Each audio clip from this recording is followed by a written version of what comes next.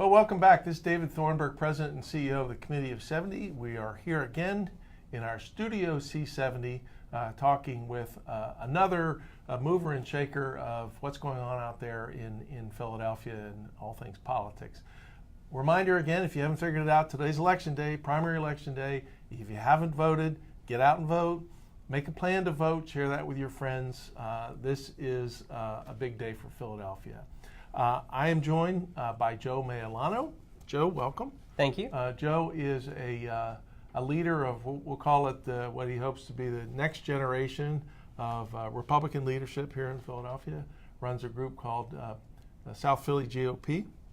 And we're here to talk about a topic that doesn't get a lot of attention, which is the current status and the future of the Republican Party here in Philadelphia. So, Joe, thanks for being with us. Well, thanks for having me, Dave. Give us a little background on yourself and what led you to this current interest and sort of how you see the opportunity right now. Absolutely. So I'd like to clarify first, I'm not the leader of the South Philly GOP. We're a... Okay. Don't want to cause any insurrection. Yeah, exactly. We're a kind of a coalition of ward leaders and committee people and volunteers in South Philly that are really focused on using technology and modern campaign practices, kind of married with the traditional shoe leather, going out, knocking on doors, building those committee relationships, and kind of using the best of both worlds to move the party forward into the future.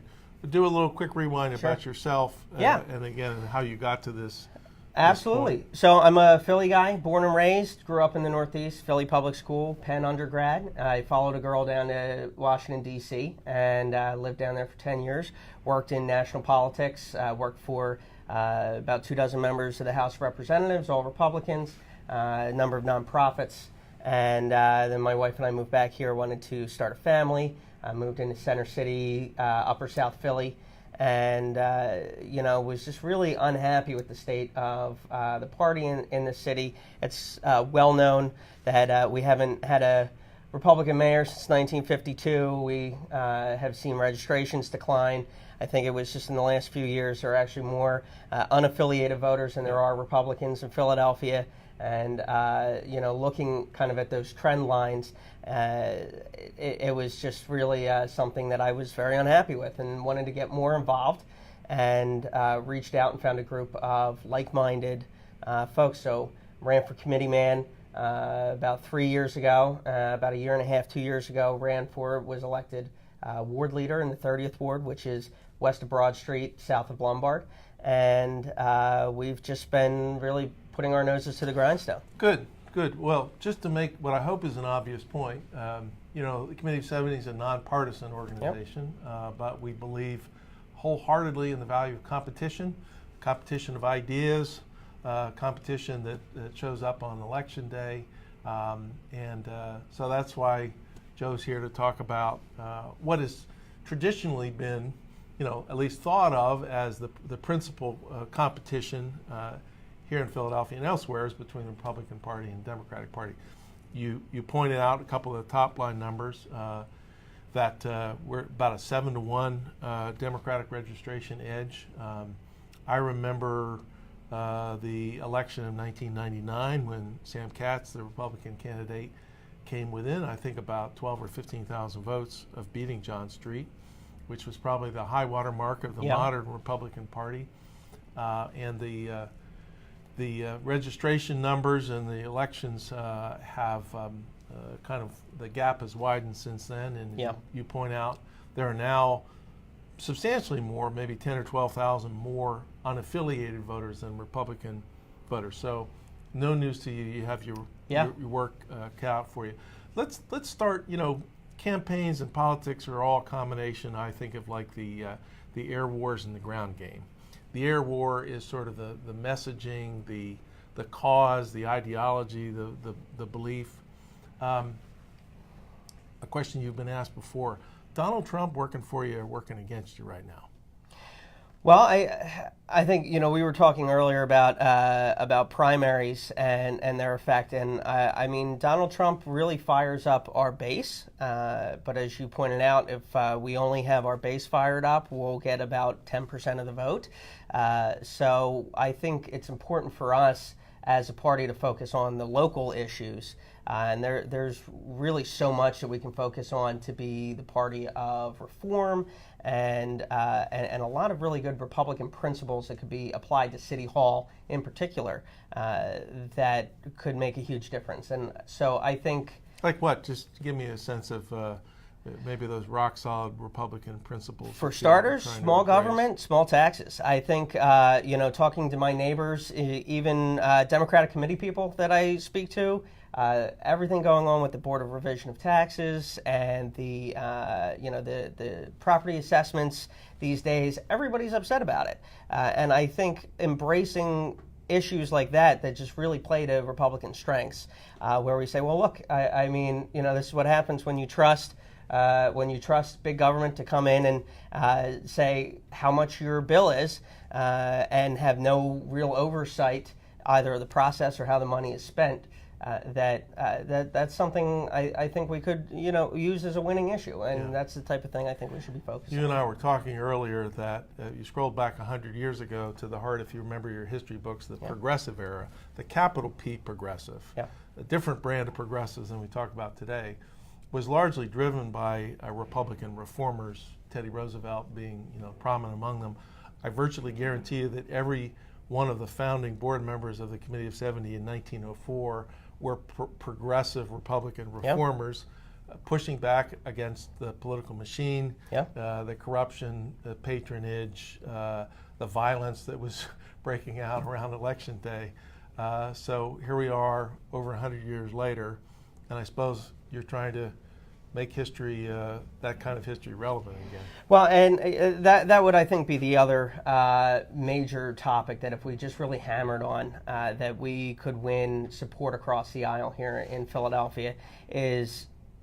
when I lived in D.C., it used to be a joke that I was from Philadelphia. Oh, the cemeteries, empty out on Election Day, and how much do you have to pay each voter in line? All those kind of jokes, and it's really disappointing being a Philadelphian and having to kind of listen to that. That's how the rest of the country thinks of us. And when you see your public officials be indicted, when you have labor leaders who are household names, and it's the worst kept secret in town that everybody has to kiss certain rings, whether they're a Democrat or Republican, if they want to keep their office, they're not really serving the voters anymore.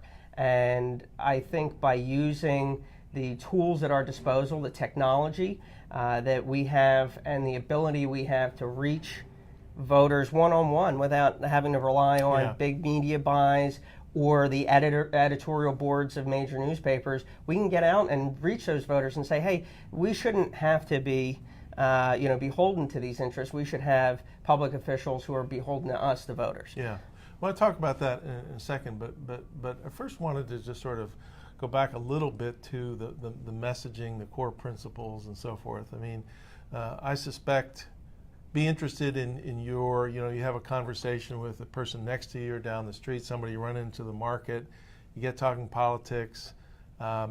What's the most effective kind of conversation that you can have that might persuade them that the Republican Party is worth looking at? Well, I think you just have to point to the news headlines of the day. Again, I don't want to be... Plenty of raw material. Yeah, there are plenty of things. You don't even need to make the case. You can just mention names, and I won't. But current members of council or others who've, again, been indicted or been implicated in whatever kind of pay-to-play scandals, monetary mismanagement coming out of City Hall. All you have to say is, man, did you see that most recent headline, or did you get your tax bill in the mail? And particularly in my neighborhood, that's enough to have them start sounding like a moderate Republican. Yeah. I don't know if you seen this. I hope we shared this with you. We came out a few weeks ago with kind of a 5-point agenda for what we said was fixing City Hall. That involves more transparency in city council, term limits, pushing back on councilmanic prerogative in the district offices. Yeah. Some election reforms, open up primaries to independent voters, those kinds of things.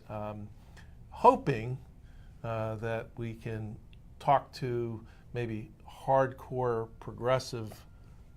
today's progressive voters in Philadelphia who are, taking to the streets and the airwaves to protest what's going on in Washington, but aren't paying as much attention to how government and politics is taking place here in Philadelphia. So I say all that because, might be if there might be sort of an interesting connection, dissatisfied folks on both sides of the political spectrum who say, we got to do something different here. Yeah. So let's go back to, you wanted to talk about sort of the modern playbook of campaigns. And I'm sure you don't want to reveal too much about how you're doing this, but just talk about how you see that landscape change, what kind of tools are out there, what you're trying to do to reach voters tactically. Yeah. Well, to your first point about your 5-point plan, I just wanted to mention that I think you're right. I don't think it's necessarily a progressive issue. I think it's a demographic issue. People of my generation, I'm 34, almost 35, so I'm on the older end of the millennials. About to age out of being a millennial. Yeah, but people my age and younger who are moving into the voter pool, as consumers, we expect more transparency and openness from from the brands that we support, that we purchase from. We don't appreciate shady tactics and trying to be misled. And when that comes out, that does more damage than just being upfront about a potential problem. And certainly a lot of folks in the consumer marketplace have figured that out. Yes. When they try to hide the ball on some problem or other, it just and start. So I think that, again, I think that's a generational and a demographic shift that our leaders are going to have to reckon with. And I think council and both parties would be wise to get out in front of the ball on that one. I think the younger voters appreciate that kind of openness, even more so necessarily than stances on issues or other things. So, well, you use the magic words that we use as a tagline for our podcast. I don't know if you listen to our podcast, 20 by 70, which is expect more Philadelphia. I think that's been a consistent theme of the Committee of 70 since we were founded 115 years ago. And so we're all in on that theme. But the tactics and the technology. So we are at such an amazing point in history where the barriers to reaching out to and connecting directly with voters are so small these days that if you know how to use existing data and put it to use to properly segment and target your voters, you can speak directly to them about what they care about, really with almost no filter at all. I mean, obviously our president's figured that out through Twitter. That's still kind of a type of mass communication. But here, there's publicly available data, there's private data you can pay for, and then that gets you building organic reach, where you have people, sharing your content on social media or through word of mouth, getting signups, and it really starts to snowball. And when you're able to do that and then touch people in the way that they like to communicate, whether it's on a specific social media channel, via email, via text message, again, the barriers are very low. It's just a matter of putting in the work and parsing the data. Of course, we've been treated to a view of the dark side of those practices. I'm about 2/3 of the way through the Mueller report, and the description there, to my mind, I don't know if you've read it, but of what the Russians did using social media to target voters is jaw-dropping and alarming. And we won't go too far into that, but to my mind, that's the message that comes out of that. That's what we have to be concerned about. So, tools are tools, they can be used for various purposes. They certainly can, and I think that and I think anyone tuning in to watch this podcast and who follows your mission, at this point it's preaching to the choir, but it's why having an informed and intellectually curious electorate is so important. Yep. It's really, the stability of our democracy really depends on voters, yep. Being able to kind of smell out the manure and do a little bit of their own research and make those decisions. So, quick question, and then Sure. I want you to sort of think forward over the next 10 years. You and I talked about this earlier.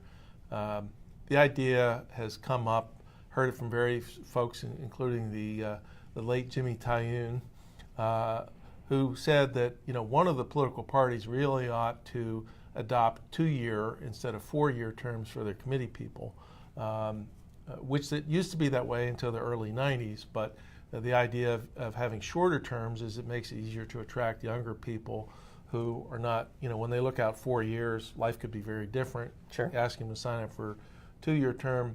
I know I just sprung that idea on you, but what's your reaction to that idea? Well, I'm sure there's an argument against, but I would say... There always is. Sure. Anytime someone says, let's change something, there's always an argument. Right. Well, and so I'm working on my MBA at Temple at nights, and every course you take, they say the most deadly words in business are, well, we've always done it that way. So that's never a good excuse. I'm interested in that because I think that elections are job interviews. Committee people are elected to represent the folks on their block and in their neighborhood, and just like a good performance review, it should happen. You should be judged on your performance and your work. We should be trying to keep new blood coming in. We'll go back to that statistic. What is it, 116,000, something like that, registered Republicans in the city. Yeah. We need to be bringing in new blood. You can't just rely on you can't just rely on things staying the same. So I certainly would be interested in that. I think it would also it would give more opportunities for more people to be involved, and I think the more people involved in the process, the better for all of us. Yep. So let me ask you to fast forward. We'll give you three cycles from now. Okay. So 23, 27, 31. It's now Okay. 2031. As far away as that seemed at one point, it's 3 election cycles, if I did that right. 19, 23, 26, 31. Okay. So if all goes according to plan, if you and your colleagues are successful in rejuvenating the Republican Party, what do you think things look like three cycles from now? Well, I would love to see a more diverse city council in terms of ideas. I would love to see some traditionally conservative ideas take hold in some of the district council seats. Would love to see councilmanic prerogative be a thing of the past. I would love to see. I would love to see more oversight, outside audits, and zero-based budgeting, things that are kind of boring to talk about, but again, play to those traditional views of the Republican Party that government is here to be good stewards of our money, and that we have a say over how it's spent, instead of it just being kind of a black hole. Right. So I'd love to see more Republicans in district council seats, and I would love to see them championing those sorts of views. Terrific. Well, I know that's it's a daunting homework assignment to look into the future 3 cycles from now, because Lord knows what the state of the nation will be. I would have loved to have had that question in advance, so I could have thought on it a little more. That was just off the cuff. We're trying to sneak up on you. You can't have everything carefully scripted for you. But any further thoughts on what you're up to now, what you hope to accomplish, you and your colleagues? Yeah, so in working towards that goal, just really working to try to grow the pie. I feel like Republicans, have been relegated to worrying about 2 at-large seats, and that's about it. And I think, what's going on with the sheriff's office and some of the other row offices, and I know you guys have your opinions on the row offices, but state rep seats, I think there's a lot of potential for the Republican Party to make gains by focusing on, to your point earlier, how local representation of local government affects people's day-to-day lives, and how we have ideas that can make your life a little bit better and make you not be embarrassed of your elected officials. And I think if we like focus a fairly on that, low bar, but we'll take every step. you think, step but we you can. would think so. But that Good. I think that's a good place to start. Joe, thanks for joining me. David, thank you for having us. Keep up Good. the good work today. All right, thanks. All right, once again, Election Day, if you haven't already acquired your sticker, get out to the polls and encourage those that you work with, those that you live with, friends and neighbors. Drag someone, couple people who are maybe reluctant to vote. Put them on speed dial and go find them and get them out to vote. So thanks for joining us, and we will see you at the polls.